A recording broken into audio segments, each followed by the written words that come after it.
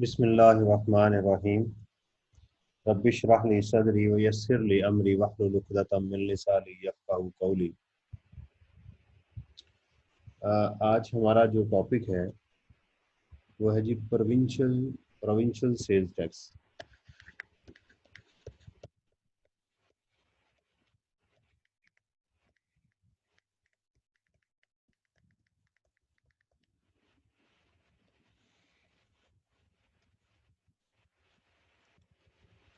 इसकी थोड़ी सी पहले हिस्ट्री हम समझ लें कि ये असल में जो सेल्स टैक्स है ये स्टार्ट में ये था ही प्रोविंशियल कॉन्सेप्ट, लेकिन फेडरल ने इसको अपने अंडर ही रखा और इसमें गुड्स और सर्विसेज दोनों की जो थी उस वक्त ये फेडरल के अंडर ही थी।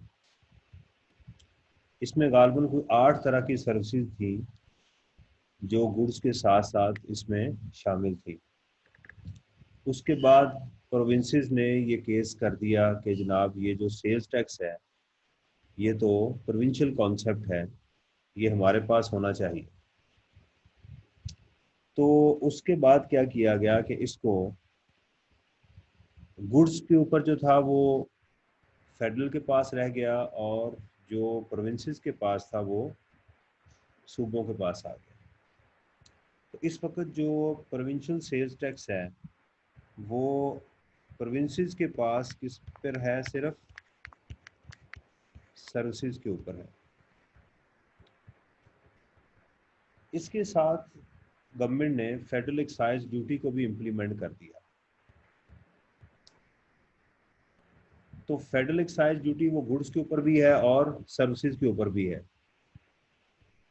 तो जो सेल्स टैक्स है उसके ऊपर दो प्रोविंसेस ये कह सकते हैं कि जनाब ये हमारा राइट है, लेकिन फेडरल एक्साइज ड्यूटी एक नया टैक्स जो लगा दिया गया उसके ऊपर तो उनका कोई राइट नहीं है। पाकिस्तान में इस वक्त 3 ऐसे लॉज हैं जिनका मॉडल सेम है। तो पहले हम प्रोविंशियल सेल्स टैक्स को समझने से पहले हम उनके ऊपर चलते हैं। अच्छा, इससे भी पहले हमें ये देखना पड़ेगा कि पाकिस्तान में इस वक्त 5 तरह के टैक्सेस जो हैं वो लगे हुए हैं। 4 प्रोविंसेस ने लगा दिए, हर सूबे ने अपना अपना टैक्स लगा दिया, और एक इस्लामाबाद कैपिटल टेरिटरी जो है वो भी इसके ऊपर एप्लीकेबल है। अब इसमें सबसे पहले तो देखें कि आई कैप का जो एग्ज़ाम है उसमें क्या इश्यूज हैं, वो किसको टेस्ट करेगा। क्या वो पंजाब को टेस्ट करेगा, क्या वो सिंध को टेस्ट करेगा, वो केपीके को टेस्ट करेगा या बलूचिस्तान को टेस्ट करेगा।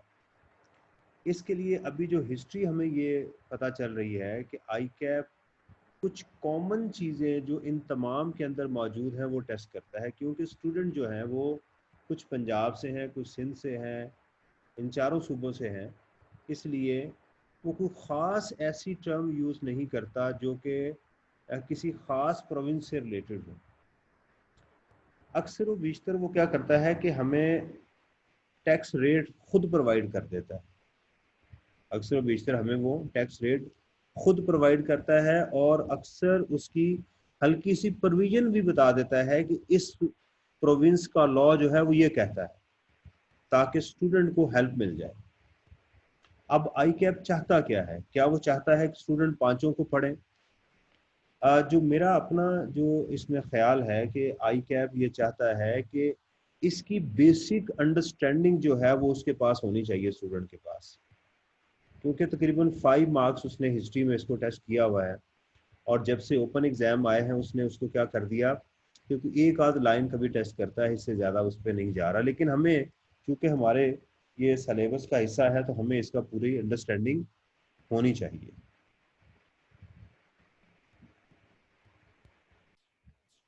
अच्छा जी, अब इसके अंदर इसका मतलब ये है कि हमें इसके कोर एरिया को समझ लेना चाहिए, ताकि कम अज़ कम एग्ज़ाम के अंदर हम इस चीज़ को हाईलाइट कर सकें, उन चीज़ों को हम देख सकें।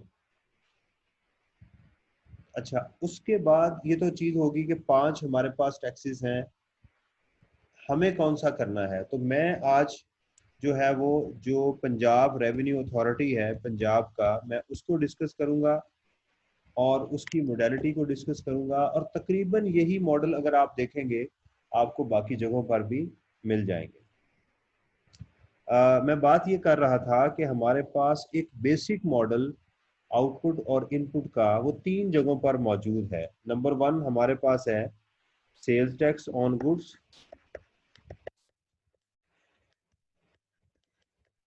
जिसको एफबीआर कंट्रोल कर रहा है। उसके बाद हमारे पास है फेडरल एक्साइज ड्यूटी, जिसको एफबीआर कंट्रोल कर रहा है। और उसके बाद हमारे पास प्रोविंशियल सेल्स टैक्स मौजूद है। ये इन तीनों का जो मॉडल है वो है आउटपुट टैक्स,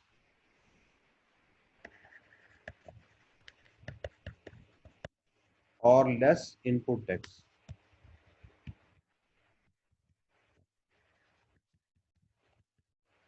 इसी तरह इसका भी यही मॉडल है, output tax less input tax. Output tax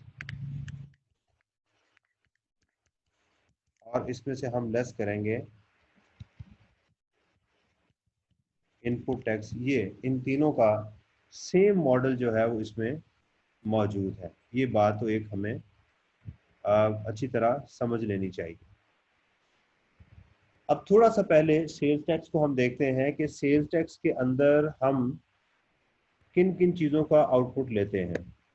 उसमें हम गुड्स के ऊपर सेल्स टैक्स कैलकुलेट करते हैं, और वो गुड्स जो एफईडी की वैट मोड में है, वो गुड्स जो सेल्स टैक्स में है उसका आउटपुट, और वो गुड्स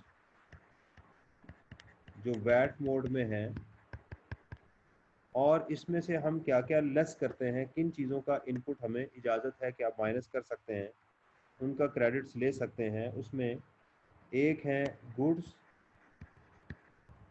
जो सेल्स टैक्स की हैं, आप उसका क्रेडिट इसमें से माइनस करेंगे। और इसमें वो सर्विसेज, वो गुड्स जो वैट मोड में है, वो सर्विसेज जो प्रोविंशियल टैक्सेस में है, और वो सर्विसेज जो एफईडी के, यहाँ मैं आपको मेंशन कर दूं कि एफईडी की वैट मोड में है।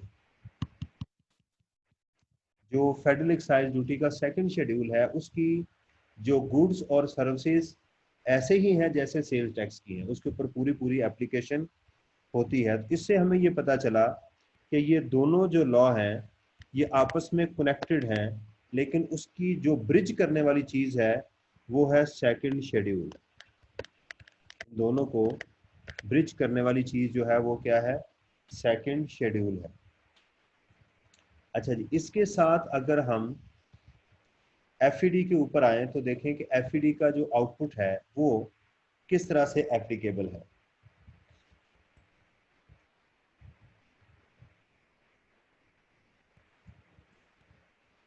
एफईडी में हमारे पास गुड्स भी हैं, ठीक। तो हम गुड्स का लेंगे वो गुड्स जो फर्स्ट शेड्यूल की हैं, और सर्विसेज भी। और इसी तरह वो गुड्स और सर्विसेज जो सेकंड शेड्यूल की भी हैं उनका आप आउटपुट कैलकुलेट करेंगे, और इसमें से आप इनपुट माइनस करेंगे गुड्स और सर्विसेज जो कि फर्स्ट शेड्यूल में भी हैं और सेकंड शेड्यूल में भी हैं। प्लस इसके साथ आप इसमें वो गुड्स जो सेल्स टैक्स की हैं वो भी आप माइनस कर सकते हैं। यानी जो सेकंड शेड्यूल में खासकर है, सेकंड शेड्यूल की आइटम्स के अगेंस्ट, सिर्फ सेकंड शेड्यूल की जो आइटम्स हैं उसके अगेंस्ट क्या कर सकते हैं आप, जो सेल्स टैक्स आपने फेडरल को पे किया हुआ है वो आप माइनस कर सकते हैं, यानी ये सिर्फ सेकंड शेड्यूल में आपस में है। जो फर्स्ट शेड्यूल की आइटम्स है जैसे सिगरेट्स वगैरह है, ज़्यादातर आइटम्स फेडरल एक्साइज ड्यूटी की हैं ही फर्स्ट शेड्यूल में, जो वैट मोड में नहीं है, उसमें से आप सेल्स टैक्स जो आपने एफबीआर को पे किया वो नहीं माइनस कर सकते। ये इसकी आपस में एक कनेक्शन वो है।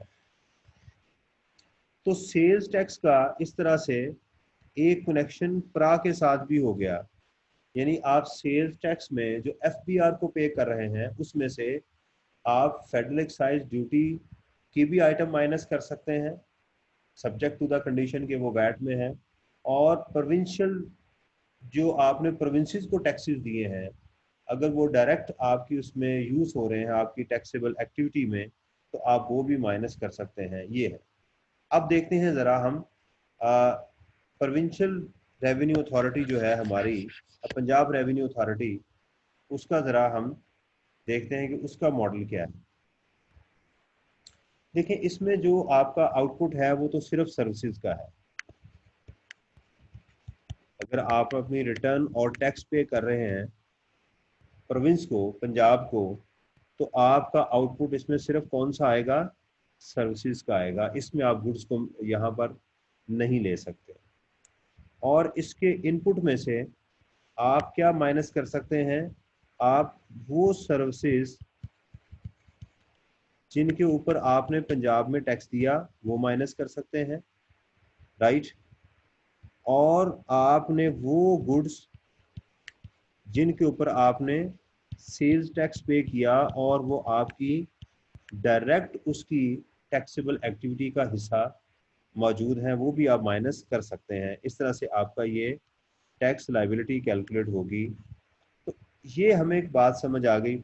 अच्छा, अब सवाल यहाँ पैदा होता है कि क्या एफईडी जो है फेडरल एक्साइज ड्यूटी हमने अगर कहीं पे की है तो क्या उसको प्रोविंशियल रेवेन्यू अथॉरिटी में क्या उसका इनपुट ले सकते हैं? द आंसर इज नो, वो नहीं। यानी इनका आपस में कोई कनेक्शन नहीं, क्योंकि फेडरल एक्साइज ड्यूटी का जो सेकंड शेड्यूल है उसमें हमें सिर्फ सेल्स टैक्स एक्ट 1990 का रेफरेंस मिलता है कि ये उसके साथ कनेक्टेड है। एक बात तो हमें ये इसमें समझ आ रही। ठीक हो गया जी। अच्छा, इसको तो पहली चीज़ तो हमें ये पता चल गई कि इन तीनों का बेसिक मॉडल है क्या। अच्छा, अब ज़रा इसके ऊपर लॉ के अंदर जो इम्पोर्टेंट सेक्शंस हैं ज़रा उसको हाईलाइट करते हैं, फिर हम आगे चलते हैं। देखिए सेल्स टैक्स के अंदर हमारे पास है जो स्कोप का, कि वो स्कोप को डिफाइन करता है कि सेल्स टैक्स कहाँ कहाँ कैसे कैसे एप्लीकेबल है। वो है हमारे पास सेक्शन 3, राइट। ये सेल्स टैक्स की मैं बात कर रहा हूँ, सेल्स टैक्स एक्ट जो एफबीआर का है, गुड्स के ऊपर मैं बात कर रहा हूँ। उसके बाद हमारे पास सेक्शन आता है सेक्शन 7, जो बताता है कि आप इसमें टैक्स लायबिलिटी को कैसे कैलकुलेट करेंगे। मैं अभी इसको लिखता हूँ, पहले ज़रा मैं सेक्शन मेंशन कर लूँ। उसके बाद हमारे पास है सेक्शन 8, और वो बताता है कि कौन कौन से टैक्स क्रेडिट्स हमें अलाउ नहीं है। फिर हमारा इसमें है सेक्शन 8B, जो 90% के रूल की जो रिस्ट्रिक्शन जो है उसके ऊपर बात करता है। ये मैं मेन सेक्शन लिख रहा हूँ, ये नहीं मैं सिलेबस को नहीं लिख रहा, मैं मेन सेक्शंस को सिर्फ यहाँ पर हाईलाइट कर रहा हूँ।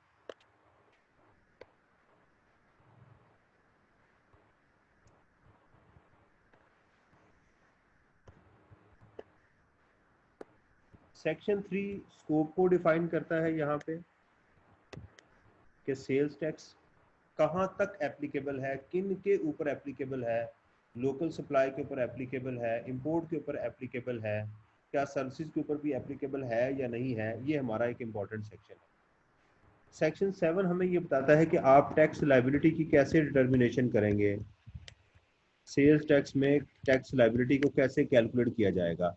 एक स्टूडेंट को जो मैं सेक्शन लिख रहा हूँ कम से कम इन सेक्शंस को पढ़ के एग्जाम में जाना चाहिए, इनके बगैर नहीं जाना चाहिए। उसके बाद सेक्शन 8 जो है वो बताता है कि कौन से टैक्स क्रेडिट्स अलाउ नहीं है। टैक्स क्रेडिट्स यानी inputs, tax credits not allowed. उसके बाद सेक्शन 8B जो है ये 90% की रिस्ट्रिक्शंस के ऊपर बताता है कि आपका इनपुट जो है आपके आउटपुट के 90% से ज़्यादा नहीं होना चाहिए। सेक्शन 73 जो है ये बात करता है कि कौन सी ऐसी ट्रांजैक्शंस हैं जो आप करेंगे लेकिन आपको अलाउ नहीं होंगी। इसके अंदर बेसिकली जो था वो एक तो मोड ऑफ पेमेंट का था कि आपकी 50,000 से ज़्यादा की पेमेंट बैंकिंग चैनल के थ्रू करेंगे, प्लस आपकी जो पेमेंट है अगर आपने क्रेडिट पे लिया तो विद इन 180 डेज के अंदर आपकी ये पेमेंट हो जानी चाहिए, वरना इसकी रिवर्सल पड़ जाएगी। अच्छा, अगर हम इसमें चलें फेडरल एक्साइज ड्यूटी के अंदर, तो इसी तरह हमें यहाँ पर भी पहले मिलता है सेक्शन 3 और उसके बाद हमें मिलता है सेक्शन 6, फिर हमें इसमें मिलता है सेक्शन 7 और फिर हमारे पास है सेक्शन 12। सेक्शन 3 एफईडी के अंदर फेडरल एक्साइज ड्यूटी में it again talks about scope. ये स्कोप की बात करता है, तरीकेकार को वजह करता है कि ये है क्या। यानी सेक्शन 3 यहाँ पर भी, इधर भी और प्रा के अंदर भी इम्पोर्टेंट है। इसको अच्छी तरह से पता होना चाहिए कि ये मोडेलिटी क्या है, इसका मॉडल क्या है, कैसे किन किन जगहों पर ये एप्लीकेबल है और किन जगहों पर एप्लीकेबल नहीं है। सेक्शन 6 हमें इसमें यह बताता है कि एडजस्टमेंट ऑफ इनपुट टैक्स कैसे होगा, क्योंकि इन तीनों लॉज के अंदर सबसे ज़्यादा इंपॉर्टेंट ही इनपुट होता है, तो इसको कैसे कैलकुलेट करेंगे। एडजस्टमेंट ऑफ इनपुट टैक्स के ऊपर ये बात होगी यहाँ पर।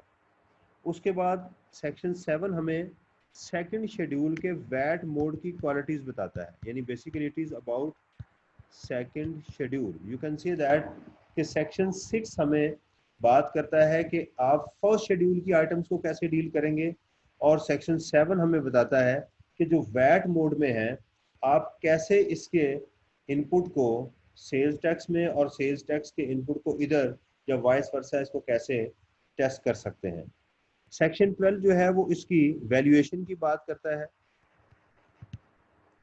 कि आप जो टैक्स अप्लाई करेंगे, जो सेल्स टैक्स अप्लाई करेंगे वो किस वैल्यू के ऊपर करेंगे।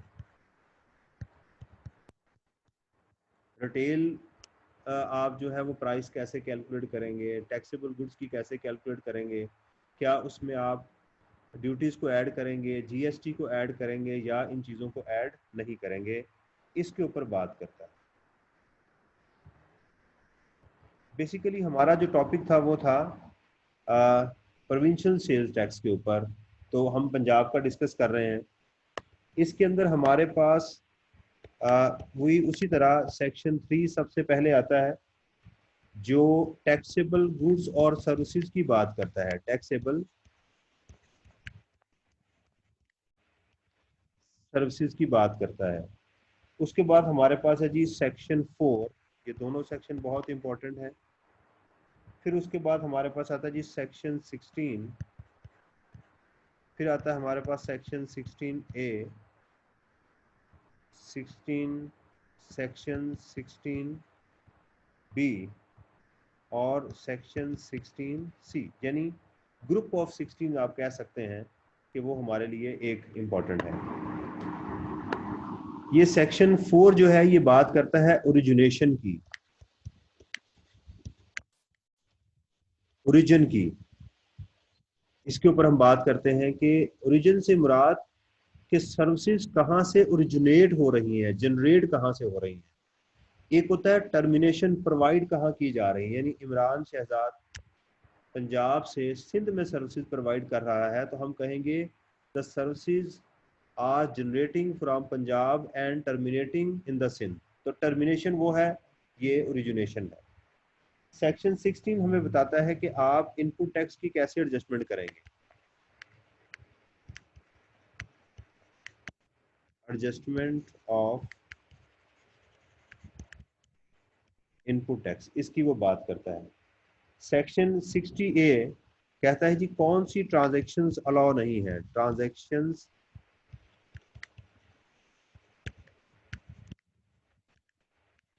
नॉट अलाउड, ठीक है।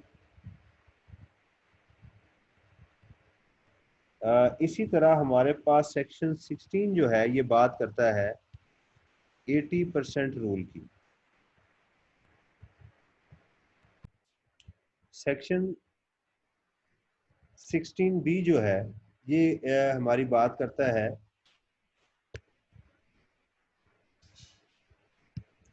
कि टैक्स क्रेडिट्स नॉट अलाउड।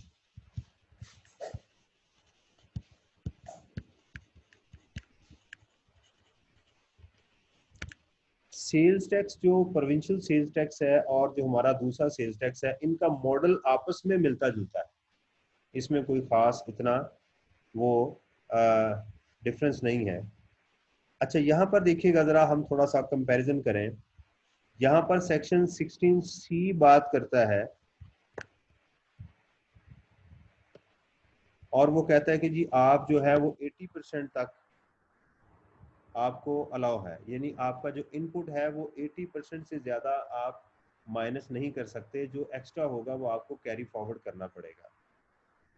तो यहाँ पर इसका मतलब ये है कि यहाँ पर और यहाँ पर ये दोनों सेक्शंस आपस में कुछ मैच हैं, लेकिन सेल्स टैक्स में कुछ एक्सेप्शंस गिवन है।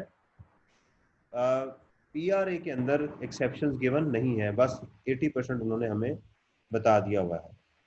उसके बाद है टैक्स क्रेडिट्स नॉट अलाउड। यहाँ पर जो हमारा इंपॉर्टेंट सेक्शन है वो है सेक्शन 8, और यहाँ पर है टैक्स क्रेडिट्स नॉट अलाउड, वो हमारे पास है 16B, राइट। इसका मतलब ये हमारे लिए यहाँ पर ये एक इम्पॉर्टेंट क्लॉज है।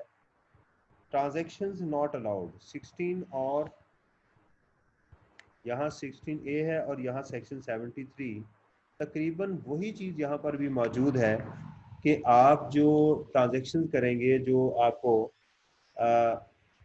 वो आपने एक तो उसकी बैंकिंग चैनल के थ्रू पेमेंट करनी है तकरीबन सेम, प्लस आपने उसकी जो पेमेंट है विदिन 180 डेज आपने पेमेंट भी करनी है अगर आप क्रेडिट पे कर रहे हैं। ये ट्रांजैक्शन नॉट अलाउड एफईडी के अंदर नहीं है। क्यों? क्योंकि एफईडी जो है वो रिसीट बेसिस पे चलती है, इसलिए ये ट्रांजैक्शन नॉट अलाउड आपको फेडरल एक्साइज ड्यूटी में नहीं मिलेगी। एडजस्टमेंट ऑफ इनपुट टैक्स जो है वो सेक्शन 16 यहाँ पर आपको मिलेगा, और जो है वो इधर आपको स्कोप के अंदर ही बात वो कर दी गई है। तो इस तरह से एक तो सेक्शंस का एक हमारे पास कंपैरिजन हो गया कि हमारे लिए इधर कौन से सेक्शंस इंपॉर्टेंट हैं, इधर कौन से हैं जिनके पढ़े बगैर हम एग्जाम में नहीं जा सकते। ये सारी चीज़ें मैंने आपको एक उसके अंदर बता दी है। अच्छा जी, ज़रा इसके ऊपर हम चलते हैं। अब आते हैं हम अपने लॉ के ऊपर, उसके ऊपर हम बात करते हैं कि हमारा लॉ क्या कहता है।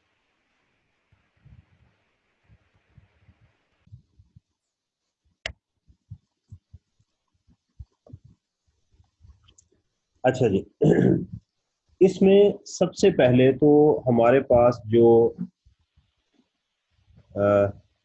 पंजाब हमारे पास जो सेल्स टैक्स है उसके अंदर हमारे पास सबसे पहले हम बात करते हैं सेक्शन 3 की, जो टैक्सेबल सर्विसेज की बात करता है। टैक्सेबल सर्विसेज की बात करते हैं। देखिए इसमें दो वर्ड यूज आपने देखने हैं, एक है टैक्स एबल और दूसरा है सर्विसेज, और इसमें दो ही टेबल हैं, दो ही शेड्यूल हैं। जो हमारे पास शेड्यूल 1 है, इट टॉक्स अबाउट सर्विसेज,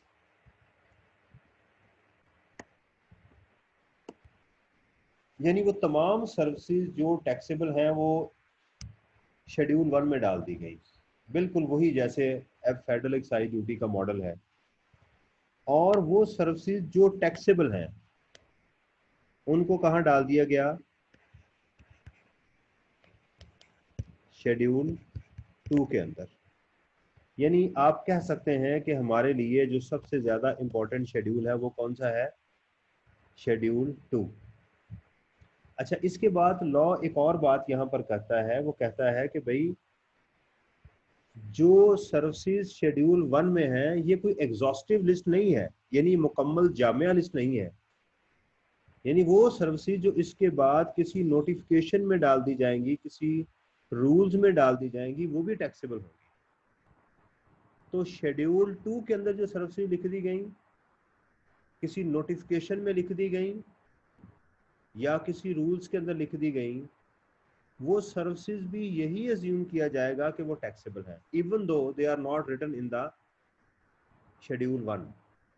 यानी शेड्यूल 1 है टैक्सेबल सर्विसेज, लेकिन बाकी जो होंगी वो भी इसके अंदर समझी जाएंगी कि वो इसमें शामिल हैं। तो उसने बात क्लियर कर दी, ऐसा ना हो कि कुछ सर्विसेज अगर टेबल 1 के अंदर रह जाए, जैसा कि फेडरल एक्साइज ड्यूटी के अंदर मौजूद है ये बात कि उसमें एडिबल ऑयल जो है वो टेबल 1 में है, क्रूड ऑयल टेबल 3 में है, शेड्यूल 3 में है। उसमें शेड्यूल 1 में एडिबल ऑयल है जो टैक्सेबल है, और क्रूड ऑयल जो है वो 3 में, जो होना नहीं चाहिए था। यानी उसको पहले या तो आप 1 में भी डालें फिर जाके उसकी एग्जेम्पशन में जाके उसको डालें, तब वो बात बनती थी। तो इस तरह से जो पंजाब सेल्स टैक्स है इसने उस बात को क्लियर कर दिया कि भाई अगर हम शेड्यूल 2 में भी कोई आइटम डाल देंगे तो वो सर्विसेज समझी जाएगी, आप उसको एक्सक्लूड नहीं करेंगे। क्लियर होगी बात। अच्छा, उसके बाद ये है कि इसमें जो सबसे बड़ा मसला आता है ना सर्विसेज का, वो ये है कि आप दो तरह की सर्विसेज प्रोवाइड कर रहे हैं। एक जैसे ये पंजाब है, ठीक है, 4 प्रोविंसेस हैं, आप पंजाब से पंजाब में सर्विसेज प्रोवाइड कर रहे हैं, पंजाब से दूसरे प्रोविंसेस में भी सर्विसेज प्रोवाइड कर रहे हैं, और पंजाब से यानी पाकिस्तान से बाहर भी सर्विसेज प्रोवाइड कर रहे हैं, और कुछ लोग जो हैं वो भी पंजाब में सर्विसेज प्रोवाइड कर रहे हैं। तो ये डिसाइड करना पड़ता है इंटर प्रोविंशियल हार्मोनाइजेशन के लिए, ताकि लोगों को डबल टैक्सेशन ना लग रही हो, उसके लिए कोई क्राइटेरिया बनाना पड़ता है। ठीक है, पंजाब में जो टैक्स है, पंजाब में है टर्मिनेशन के पॉइंट के ऊपर। अब सुनिएगा, पंजाब की जो टैक्सेशन है वो ये है, अगर कोई शख्स पंजाब से पंजाब में सर्विसेज प्रोवाइड कर रहा है तो वो टैक्सेबल है। अगर वो पंजाब से पाकिस्तान से बाहर सर्विसेज प्रोवाइड कर रहा है, आउटसाइड पाकिस्तान, तो वो भी टैक्सेबल है। और अगर कोई अदर प्रोविंसेस से, यानी सिंध से, बलूचिस्तान या KPK से पंजाब में सर्विसेज प्रोवाइड कर रहा है तो वो भी टैक्सेबल है। ये क्राइटेरिया उसने हमें बता दिया। ये सेक्शन 4 के अंदर ओरिजिनेशन का उसने बेसिक, मैंने क्रक्स बता दिया कि ये कहता है। लेकिन सिंध के अंदर एक इशू है। सिंध के अंदर इशू ये है कि आप अगर सिंध से सिंध में सर्विसेज प्रोवाइड करेंगे तो वो भी टैक्सेबल है, और सिंध से बाहर अगर आप सर्विसेज प्रोवाइड करेंगे तो वो भी टैक्सेबल है। तो वहां मसला ये पैदा होता है कि जब पंजाब के लोग सिंध में सर्विसेज प्रोवाइड करते हैं तो सिंध पंजाब वाले तो टैक्स नहीं मांगते उनसे, लेकिन जब सिंध वाले पंजाब में सर्विसेज प्रोवाइड करते हैं तो उस वक्त पंजाब वाले भी उनसे टैक्स मांगते हैं और सिंध वाले भी मांगते हैं। ये एक प्रोविंसेस की कोऑर्डिनेशन में एक इशू है, जो बहरहाल हमारे वो जो उसका हिस्सा नहीं है। हमने इसको बहरहाल हमने ये समझना है कि अभी फ़िलहाल पंजाब में क्या मॉडल है। तो पंजाब में आप सर्विसेज प्रोवाइड करेंगे पंजाब में रहते हुए, या पंजाब से बाहर, या आप पंजाब से पाकिस्तान से ही बाहर सर्विसेज प्रोवाइड करेंगे, तो आपके ऊपर ये टैक्स लगेगा। और वो कौन सी गुड्स और सर्विसेज, वो सर्विसेज हैं मैंने बता दिया, शेड्यूल 1 में है।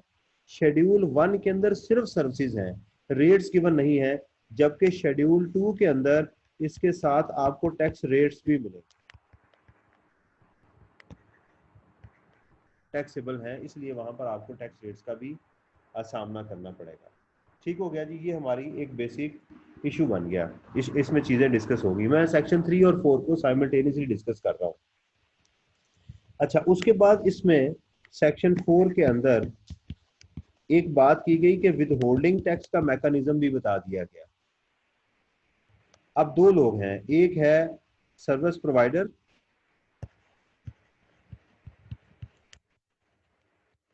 और दूसरा है सर्विस रिसिपिएंट।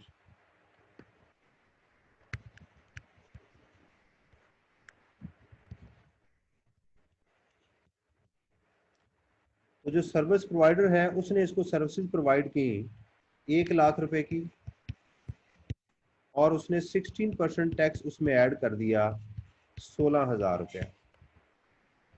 तो अब ये जो रिसिपिएंट है इसको जब पेमेंट करेगा तो वो, अगर तो ये विद होल्डिंग एजेंट है, तो अगर विद होल्डिंग एजेंट है तो ये सारे का सारा टैक्स विद हेल्ड कर लेगा, 100% टैक्स विद हेल्ड करेगा। और जो सर्विस प्रोवाइडर है उसको सिर्फ 1 लाख रुपए की पेमेंट होगी। ये बिल्कुल इसमें एक सिंपल रूल मौजूद है। ठीक है, ये बात आपने ध्यान में रखी। अच्छा, अगर पाकिस्तान से बाहर कोई सर्विसेज आपको प्रोवाइड करेगा तो उसमें भी कौन टैक्स देगा? रिसिपिएंट पे करेगा। पाकिस्तान से बाहर जो सर्विसेज प्रोवाइड करेगा तो सर्विस प्रोवाइडर टैक्स देगा।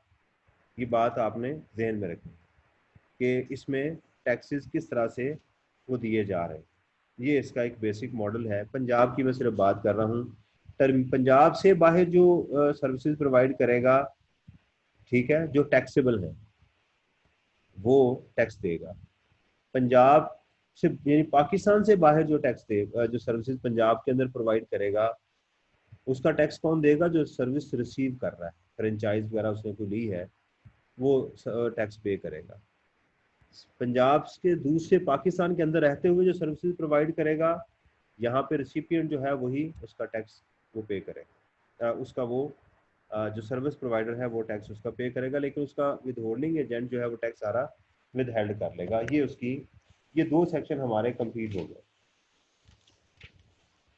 अच्छा जी, अब इसमें जो सेक्शन 16 है उसके ऊपर जरा बात करें कि वो हमें क्या कहता है।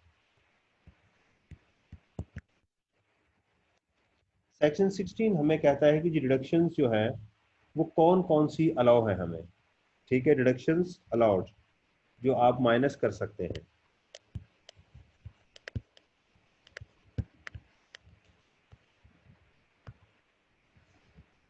नंबर 1 जो हमें प्रिंसिपल बताया गया डिडक्शंस का, वो है कि आपको इनपुट्स क्रेडिट्स अलाउ है,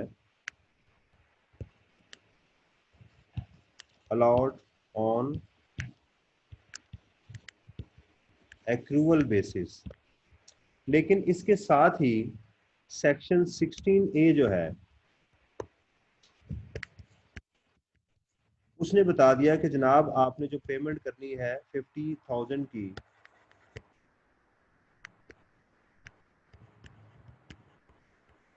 वो आपने बैंकिंग चैनल के थ्रू करनी है, और पेमेंट जो है आपने विदन 180 डेज करनी है। तकरीबन ये वही क्लॉज है जो सेल्स टैक्स की है, इसलिए हमें यहाँ पर वो तो बहुत ज़्यादा मेहनत करने की ज़रूरत नहीं है। दूसरी इसमें ये है कि आप किन के ऊपर इनपुट टैक्स क्लेम करेंगे, वो आप गुड्स प्लस सर्विसेज जो कि आपकी उस टैक्सेबल एक्टिविटी में इस्तेमाल हुई, आप उसका इनपुट क्लेम कर सकते हैं। अब देखें ना, आप जैसे होटल सर्विसेज प्रोवाइड कर रहे हैं तो आपकी आउटपुट क्या है? होटल या रेस्टोरेंट सर्विसेज। और इसके लिए आपका इनपुट क्या हो सकता है कि आपने कोई एडवर्टीजमेंट की, तो ये इसके ऊपर भी टैक्स है, आप उसका इनपुट क्लेम कर सकते हैं यहाँ पर। इसी तरह आपने अगर कोई गुड्स परचेज की, कोई स्टेशनरी आपने परचेज की, ठीक है, जो इस काम के लिए इस्तेमाल हो रही है, आपकी सर्विसेज में इस्तेमाल हो रही है, उसका भी आप इनपुट यहाँ पर क्लेम कर सकते हैं। ठीक है ना, यानी कोई भी आपने बैंकिंग सर्विसेज ली जो इसकी डायरेक्ट एक्टिविटी में यूज हो रही हैं, तो आप उसका इनपुट क्लेम कर सकते हैं इसके अंदर। ठीक है, ये उसने हमें बता दिया। अच्छा, उसके बाद ये है कि आप इनपुट जो क्लेम कर सकते हैं इन इनवॉइसेस का, वो विद इन 6 टैक्स पीरियड का कर सकते हैं। सेम रूल वो जो इनकम टैक्स में था, कि यानी अगर आपके पास जनवरी की इनवॉइस है, तो आपके पास कितने महीने हैं? फेब, मार्च, अप्रैल, मई, जून और जुलाई। 1 2 3 4 5 6, इस महीने की इनवाइस जो है वो आप नेक्स्ट 6 मंथ के अंदर वो कर सकते हैं। वही रूल, इसी तरह के रूल आपको बाकी जो प्रोविंसेस हैं उनके अंदर भी ये मिलेंगे। फिर हमें इसके अंदर ये बता दिया गया सब सेक्शन 5 के अंदर कि आपको किन चीज़ों का क्रेडिट नहीं मिलेगा। No credit. कोई आपने पेनल्टी पे की है टैक्स की, कोई आपने एक्स्ट्रा टैक्स पे किया हुआ है, कोई सरचार्ज, अगेन वही चीज़ें जो इनकम टैक्स में है आपको वो अलाउ नहीं होंगी। उसके बाद हमारी इसके अंदर ट्रांजैक्शन नॉट अलाउड मैं आपको बता चुका हूँ कि अगर आप उसकी पेमेंट नहीं करेंगे, 16A हमने ऊपर कर लिया। उसके बाद इसमें है section 16B, tax credits not allowed. Tax credits not, इसके अंदर तकरीबन वही आपको मिलती जुलती चीजें मिलेंगी। Fake invoice, suspended person, payment not deposited by the service provider, ये सारी चीजें मिलेंगी। एक दो चीजें जरा मैं आपसे वो शेयर कर लूं कि इसमें एक चीज ये कही गई क्लॉज जी सबसेक्शन 1 ऑफ 16 के अंदर, वो गुड्स जिनके ऊपर आप रिड्यूस रेट्स पे करते हैं, यानी those goods and services which are taxable less than 15%, less taxable at the rate of less than 15%, या उनके ऊपर फिक्स टैक्स लगा दिया गया है, जैसे मोबाइल फोन है, ठीक है, जिनके ऊपर फिक्स टैक्स है, इनका आप इनपुट क्लेम नहीं कर सकते। Input tax not allowed. इसकी मैं आपको जो प्रा से एग्जांपल दूं, इस वक्त मैरिज हॉल पे कोई के ऊपर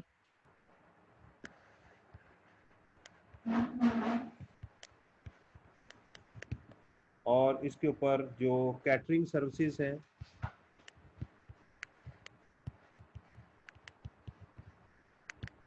और इसके अंदर जो है वो रेस्टोरेंट्स हैं,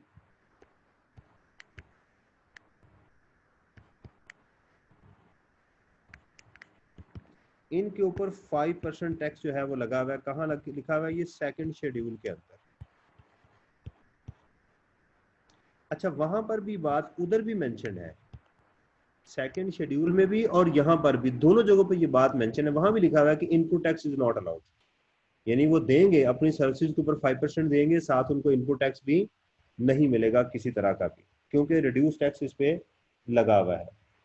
ठीक है, इसके साथ एक और सेक्शन है हमारा यहाँ पर 16 सबसेक्शन 1 ऑफ एस, के वो आइटम्स जो आपकी बिल्डिंग के साथ अटैच है, यानी वो गुड्स जो आपकी building, furniture, right, electrical, paint, ये एक लिस्ट गिवन है, इसका भी आप इनपुट टैक्स क्लेम नहीं कर सकते। इनका भी आप इनपुट टैक्स क्लेम नहीं कर सकते। तो ये एक बेसिक मॉडल जो था वो उसके अंदर हमें बता दिया गया। तो इसके लिए क्या चीज इंपॉर्टेंट है, हमें इस मॉडलिटी को समझना वो इम्पोर्टेंट है कि हम, क्योंकि बेसिकली जो क्वेश्चन एग्जाम में आपको मिल रहा है वो मिल रहा है सेल्स टैक्स का। तो सेल्स टैक्स और प्रोविंशियल सेल्स टैक्स का आपस में कॉम्बिनेशन क्या है, हमें उसको अंडरस्टैंड करना है। इस लॉ को इतना अंडरस्टैंड करना है कि हमें पता चल जाए कि इसके रूल्स एंड रेगुलेशंस क्या है। और अगर कोई हल्का फुल्का क्वेश्चन हमें प्रोविंशियल्स का मिल जाए तो हमें पता होना चाहिए कि कौन कौन सी चीजें हैं जिसके ऊपर हम उसको माइनस कर सकते हैं। एक किताब तो हमारे पास होगी ही होगी, तो हमें ये चीज़ों का पता होना चाहिए। तो ये तकरीबन मैंने आपको उसकी समरी जो है एक कोर एरिया के ऊपर बात की। बाकी आप देखें इसमें असेसमेंट का, रिटर्न का, बाकी तकरीबन चीज़ें मिलती जुलती हैं। अगर आप उसको एक नज़र देखना चाहें तो देख भी सकते हैं। एक एरिया और इसमें रह गया, वो जो वो ये है, फेडरल एक्साइज ड्यूटी के अंदर 3 शेड्यूल मौजूद हैं। अब मैं ज़रा उसको प्रा के साथ एक उसका एक कंपैरिजन बनाने लगा हूँ। ये हमारा लास्ट पॉइंट है कि FED versus provincial sales tax. देखें, गवर्नमेंट जब प्रोविंसेस ने क्लेम किया, केस कर दिया कि जनाब ये सेल्स टैक्स हमारा है, तो गवर्नमेंट ने क्या किया, उसके ऊपर एफईडी का नाम से गुड्स और सर्विसेज के ऊपर दोबारा टैक्स लगा दिया। अब हुआ क्या कि प्रोविंसेस ने भी सर्विसेज पे टैक्स लगा दिया और फेडरल ने भी लगा दिया। उसने एफईडी के नाम से लगा दिया, इन्होंने प्रोविंसेस के नाम से लगा दिया। तो हार्मोनाइजेशन के अंदर प्रॉब्लम आ गई, सूबों की और फेडरल की प्रॉब्लम आ गई। अब एफईडी के अंदर फर्स्ट शेड्यूल में गुड्स और सर्विसेज गिवन है टैक्सेबल, सेकंड में वैट मोड में है, थर्ड में एग्जेम्पशन में। अच्छा, जब हम एफईडी का फर्स्ट शेड्यूल पढ़ते हैं, उसकी सर्विसेज के बाद एक पैरा लिखा हुआ है, फुट नोट लिखा है, जो हमारे लिए बहुत इंपॉर्टेंट है। वो क्या है सुनिएगा, ये table 2 of the first schedule of FED, उसका फुट नोट में पढ़ने लगा हूं। The duty on the services as specified against serial number 1, 2, 2A, 5, 8, 11, 13 shall not be levied on the services provided in a provinces where the provincial sales tax has been levied। दो शर्तें उसने लगा दी कि ये जो मेरे टेबल 1 में जो आपको आइटम्स मिल रही हैं, आइटम 1, सीरियल 1, 2, 2A, 5, 8, 11, 13, अगर प्रोविंसेस ने भी इस पे टैक्स लगा दिया है तो फिर एफईडी को इग्नोर कर दें। क्या कर दें, एफईडी को इग्नोर, फिर एफईडी की नहीं लगेगी। लेकिन अगर उस सूबे ने जो आइटम्स एफईडी की हैं, किसी सूबे ने उसके ऊपर टैक्स नहीं लगाया हुआ, तो उसके ऊपर क्या होगा, एफईडी एप्लीकेबल रहेगा। यानी आप इसको सबऑर्डिनेट क्लॉज कह सकते हैं। यानी अगर सूबे का और एफईडी का इन सर्विसेज में टकराव होगा तो हम प्रोविंसेस को तरजीह देंगे, एफईडी को तरजीह नहीं देंगे। लेकिन इसके अलावा जो आइटम्स बचती हैं, मैंने यहाँ लिख दी 3, 4, 6, 14 एंड 15, ये जो आइटम्स हैं इसके ऊपर बेशक सूबे भी टैक्स लगा दें तो हम एफईडी लाजमी एप्लीकेबल होगा। बेशक सूबे टैक्स लगाते हैं तो लगाते रहें, एफईडी एप्लीकेबल होगा। ये वो आइटम्स, और बाकी इसमें 7, 9, 10 तो ये डिलीट कर दी गई। अच्छा, आपकी किताब के अंदर खालिद साहब ने उन आइटम्स को कि ये 3, 4, 6 में कौन सी आइटम्स हैं, वो ये आइटम्स हैं, ये आपकी किताब में मौजूद है। उसमें ये है carriage of passengers by air within और outside Pakistan at fix rate. ठीक है, यानी इसके ऊपर क्या है, एफईडी लगेगा, बेशक सूबे भी टैक्स लगा दें, एफईडी को माना जाएगा। Inland carriage of goods by air, इसके ऊपर भी एफईडी लगेगा। तो क्या इनलैंड कैरिज बाय ट्रेन हो, बाय रोड हो, अगर वो हो तो फिर तो उसके ऊपर जो है फिर एफईडी को नहीं माना जाए। सिर्फ एयर का है कि बाय एयर जो इनलैंड कैरिज होगी सिर्फ उसको एक्सेप्ट किया जाएगा। Services provided by port and terminal operators, इसके ऊपर भी एफईडी रहेगा। और चार्टर्ड फ्लाइट्स, इसके ऊपर भी एफईडी रहेगा। अब इसके नीचे मैंने कुछ कंपैरिजन किया आपकी अंडरस्टैंडिंग के लिए ताकि आप इसको समझ सकें। एफईडी टैक्सेबल सर्विसेज जो सेकंड शेड्यूल में पहली है inland carriage of goods by road, ये देखिएगा 16% है, और जो है वो यहाँ पर जो लगा दिया गया प्रोविंशियल टैक्स के अंदर फर्स्ट शेड्यूल के अंदर हमें लिखा हुआ carriage of goods by air, right. अच्छा, इसमें देखिएगा services provided by person for intercity carriage of goods by rail और रोड जो है ये लगा दिया गया 15%। Services provided by port operators including airport and duty and allied services, ये सीरियल नंबर 14 है। अब देखिएगा यहाँ सीरियल नंबर 14 किस पे लग रहा है, जिस पे एफईडी लगना चाहिए, और यहाँ वर्ड क्या यूज किया हुआ है, एयरपोर्ट सर्विसेज, जो कि फर्स्ट शेड्यूल की आइटम्स मैंने ली है। अच्छा, अगर इसकी समझ नहीं आई तो आगे थोड़ा सा चलते हैं, इससे आपको मजीद चीजें क्लियर होंगी। ये देखिएगा एफईडी के फर्स्ट शेड्यूल टेबल 2 के फर्स्ट शेड्यूल में क्या लिखा हुआ है, advertisement on cable TV, serial number है 1। तो सीरियल नंबर 1 कौन सी है, जो एक्सक्लूजन में है, ठीक। अब देखिएगा तो पंजाब ने उसके ऊपर भी टैक्स लगा दिया, advertisement on television at the rate of 16%। तो फिर क्या होगा, ये फुट नोट में गिवन है, इसका मतलब ये है कि अब इसके ऊपर एफईडी एप्लीकेबल नहीं होगी, चूंकि सूबों ने टैक्स लगा दिया है। तो अब जो एडवर्टीजमेंट टेलीविजन पे होगी वो प्रोविंस का हक है कि वो उसके ऊपर टैक्स कलेक्ट करे। तो आपने अब यहाँ पर टैक्स किसको देना है, आपने प्रोविंस को देना है। जब आप प्रोविंशियल रिटर्न फाइल करेंगे उसके अंदर आप टैक्स देंगे, आप जो एफबीआर की रिटर्न फाइल करेंगे उसके अंदर टैक्स नहीं देंगे, ठीक है। इसी तरह देखिएगा एडवर्टीजमेंट ऑन केबल टीवी, ये भी उन्होंने लगा दिया। Inland carriage of goods by air, ये सीरियल नंबर 4 है, जिसके ऊपर एफईडी लगना ही चाहिए था। अच्छा, ये मुझे यहाँ कहीं नजर नहीं आया, लगा ही नहीं हुआ, तो लिहाजा ये एफईडी ही एप्लीकेबल रहेगा। अच्छा, अगर यहाँ लगा भी होता तो फिर भी एफईडी को ही आपने टैक्स देना था, फेडरल एक्साइज ड्यूटी को एक्सेप्ट किया जाना था। आपने उसमें सुबह बेशक आपसे मांगता रहे, आपने जाके किसको टैक्स देना था, एफबीआर को। शिपिंग एजेंट सीरियल नंबर 5 है, राइट, ये एक्सेप्शनल आइटम है। सूबों पंजाब ने उसके ऊपर टैक्स लगा दिया हुआ है 16%, तो इसका मतलब एफईडी खत्म। तो कौन सा लगेगा इसके ऊपर टैक्स, प्रोविंशियल टैक्स लग गया इसके ऊपर।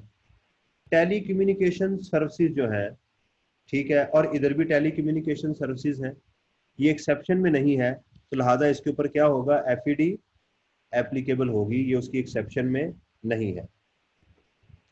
उसके बाद है जी services provided by banking companies, ये सीरियल नंबर 8 है, ये देखिएगा। और बैंकिंग कंपनीज को उन्होंने क्या कर दिया हुआ है, देखिए मैं प्रैक्टिस की बात नहीं कर रहा, ये देखिएगा ये 8 में गिवन है हमारे पास, सीरियल नंबर 8 के अंदर। तो असूलन क्या होना चाहिए कि अब इसके ऊपर ये इसका जो 16% है वो किसको जाना चाहिए, प्रोविंसेस को, और एफईडी उसके ऊपर एप्लीकेबल नहीं होना चाहिए। फ्रेंचाइज सर्विसेज जो है वो 11 में है, 11 भी एक्सेप्शन के अंदर मौजूद है, लिहाजा इसके ऊपर एफईडी नहीं लगेगा, चूंकि पंजाब ने उसके ऊपर टैक्स लगा दिया हुआ है। आप देख रहे हैं इसके ऊपर 5% है, यानी ये अब यानी अगर आप फ्रेंचाइज सर्विसेज प्रोवाइड कर रहे हैं तो आपको इनपुट नहीं मिलेगा, क्योंकि आप 15% से कम पे चले गए। साथ हमने उसको भी ज़रा डिस्कस कर लेते हैं। सर्विसेज बाय स्टॉक ब्रोकर, ये देखिएगा सीरियल नंबर 13, और सीरियल नंबर 13 भी हमारे पास मौजूद है, लिहाजा हम इस सीरियल को भी, चूँकि सुबह टैक्स लगा चुका हुआ है, तो हम इसको इग्नोर कर देंगे। उसके बाद है जी services provided or rendered in respect of travel by air of passenger within the territorial jurisdiction of Pakistan, serial number 3, ये एक्सेप्शन में नहीं है, इसके ऊपर हमें एफईडी को लगेगा बेशक। अब देखें ये इसके ऊपर लगा चुके हुए हैं टैक्स, पंजाब में टैक्स लगा हुआ है, तो बेसिकली एफईडी एप्लीकेबल है। आप अगर इसके ऊपर दोनों टैक्स फिर देना चाहते हैं तो आप प्रा के अंदर और उसके अंदर भी आप टैक्स दे सकते हैं।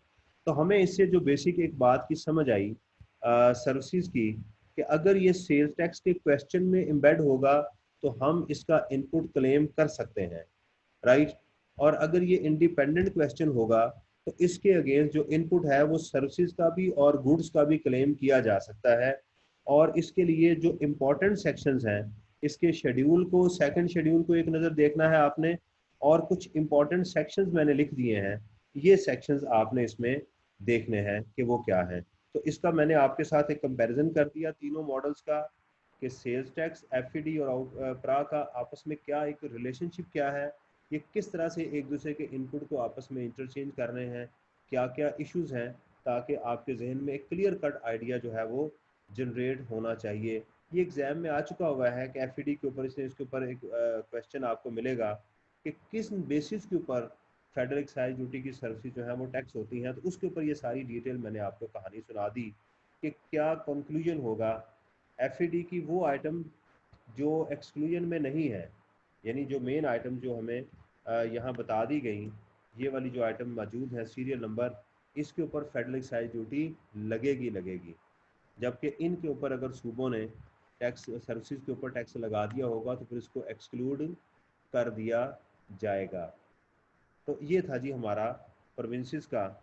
तो इंशाअल्लाह ताला अल्लाह ताला आपको कामयाब करे, मेरी दुआएं आपके साथ हैं, मुझे भी दुआओं में याद रखिएगा। वमा अलैना इल्लल बलागुल मुबीन।